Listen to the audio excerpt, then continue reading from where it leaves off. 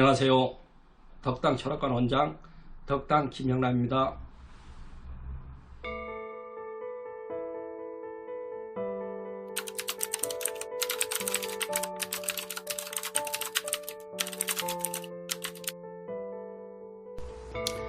이렇게 다시 만나 뵙게 되어 대단히 반갑습니다.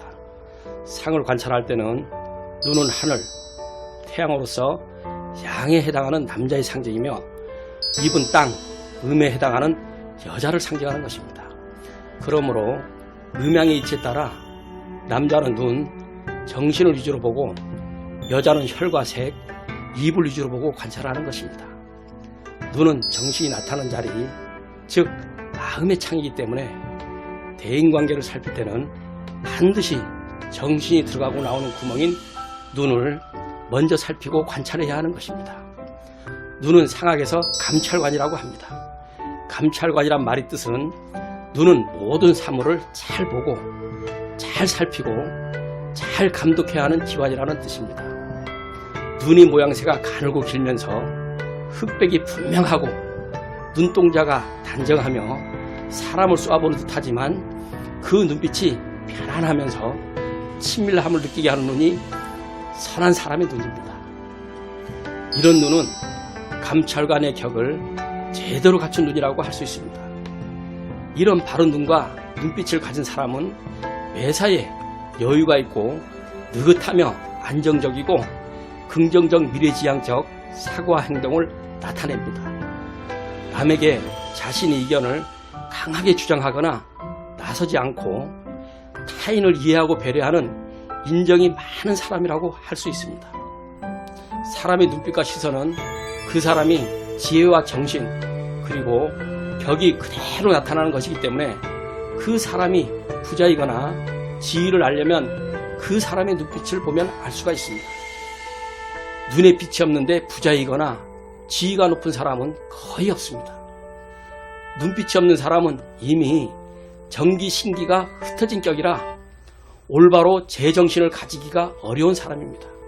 설령 부자이거나 지위가 높아진다 하더라도 얼마 오래 가지 못하게 됩니다. 눈빛은 그 사람의 모든 것이라고 해도 과언이 아니라고 말할 수 있습니다. 도화완에 대하여 말씀드리겠습니다. 도화완이란 눈에 음란한 색기가 흐르는 눈을 말하는 것입니다. 명리학이나 관상학에 도화살이란 말이 있는데 관상학에서 말하는 도화살이란 눈 꼬리에서부터 광대뼈 주위에 붉으스름하게 복숭아꽃과 같은 색을 나타내는 뜻으로 색기를 드러내물 듯하는 말입니다. 남자이거나 여자와 상관없이 도화눈을 가진 사람은 초면인 사람을 만나더라도 요염하게 웃고 눈이 마치 물에 젖은 듯 촉촉한 눈을 말하는 것입니다. 도화란 보편적으로 살결이나 눈빛이 촉촉하다 또는 습하다, 부드럽다의 의미입니다. 도화와는 특히 신중히 주의해서 살펴야 하는 눈인데 가장 관찰하기가 어려운 눈입니다. 언뜻 보면 뭔가 눈빛이 사르르 흐르고 그 눈빛이 아름답게 보입니다. 또 뭔가 깊이 생각하는 듯한 눈인데 이런 눈은 오히려 좋지 않은 눈입니다. 눈빛이 사르르 흐르는 사람은 지나치게 색정을 탐하여 부모로부터 물려받은 가업을 망하게 된다고 합니다. 언뜻 보면 눈빛이 뺀한 듯하고 아름다우며 눈이 물에 촉촉히 젖은 듯하면 음란하여 색정을 탐하는 사람인데 오히려 아름다운 눈빛을 가진 사람인 것처럼 이제 보이게 됩니다. 또 뭔가 생각하고 있는 듯한 눈은 간사하고 악독한 사람인데 오히려 선한 사람의 눈으로 보일 수가 있게 됩니다. 이런 도화눈을 가진 사람은 사람을 홀리는 사람이기 때문에 정말 조심해야 합니다. 이런 사람에게 한번 빠지면 헤어나오기가 정말 어렵게 됩니다. 속된 말로 약도 없게 되는 것이지요. 이렇듯 옳은 것과 그른 것은 하늘과 땅 사이와 같은 엄청난 차이가 있으니 주의하여 신중히 살피시지 않으면 안 됩니다. 도화운을 가진 사람은 대체로 색정에 빠지기 쉽고 처자가 있는 사람과도 서슴없이 섹스를 하며 그런 구설수를 일으키는 사람입니다. 문란하고 원칙 없는 성생활로 인해 부부관계가 원만하지 못하고 가정이 항상 불안정하게 됩니다. 도화원을 가진 사람은 거의가 음란하고 활락을 즐기며 색정을 탐한다고 보시면 됩니다. 취안에 대하여 말씀드리겠습니다. 선한 사람의 눈은 눈동자에 흑백이 분명하고 사람을 쳐다볼 때 눈이 고개와 함께 반듯하게 돌려서 쳐다봐야 하는데 취안이란 눈동자에 붉은빛과 누런빛이 섞여 있고 사람을 쳐다볼 때 고개는 가만히 있고 눈만 이렇게 흘겨보며 마치 눈빛이 술에 취한 듯 졸린 듯 몽롱한 눈빛을 취한이라고 하는데 이런 눈을 가진 사람은 성정이 음란하며 색정을 탐하고 도둑이 되는 상입니다. 이러한 눈을 가진 사람은 비록 스님이나 목사님 등 성직자이거나 높은 지위에 있는 권력가이거나 도를 많이 닦고 학문을 많이 한 학자라 할지라도 역시 지조를 지키지 못하여 색정을 범하게 됩니다. 이러한 눈을 가진 사람은 음란하여 재액이 많고 귀하게 되지 못하며 말년에 고독한 일생을 보내게 되는 천한 사람의 상입니다. 사백안에 대하여 말씀드리겠습니다. 사백안이란 눈동자가 가운데 있고 사방이 다 드러난 눈을 말합니다. 사백안을 가진 사람은 아주 흉폭하고 음란한 성품을 가진 사람입니다. 백색은 오행어로는 금에 속하는 기운이므로 살기를 뜻하는 것이기 때문에 눈동자에 비해 흰자위가 많을수록 더 사나운 사람입니다.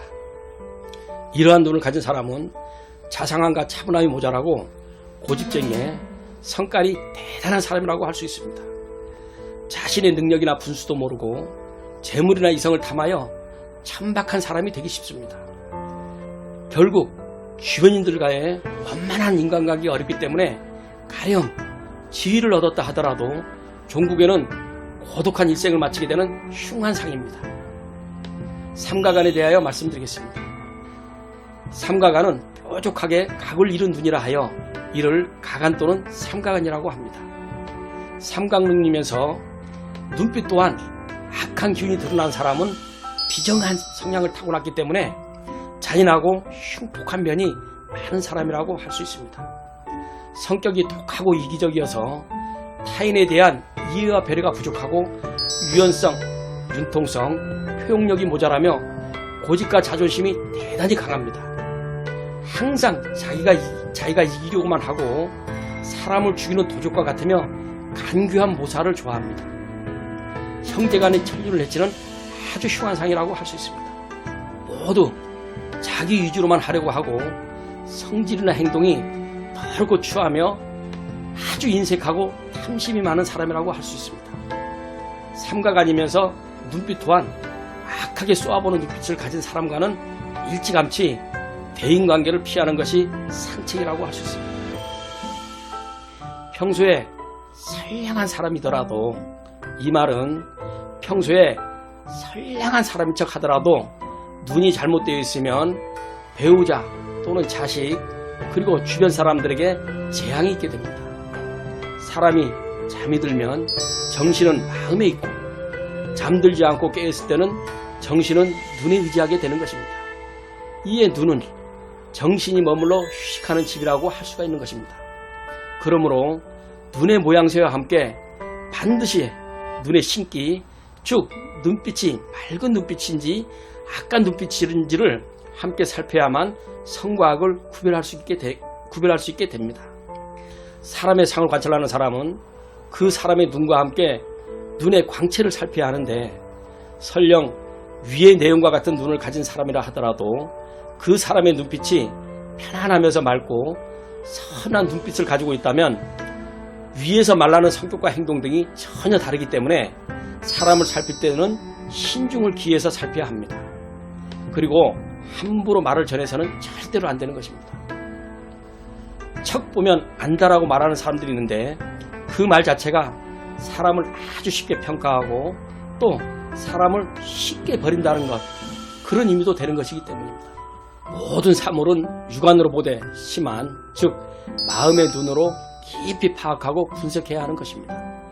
맹자께서 말씀하셨습니다. 사람을 관찰할 때는 눈동자를 살피는 것보다 더 좋은 것이 없다. 눈동자는 그 사람의 악한 마음과 선한 마음을 감출 수가 없기 때문이다. 마음이 바르면 눈동자는 맑으며 마음이 바르지 않으면 눈동자도 어둡다.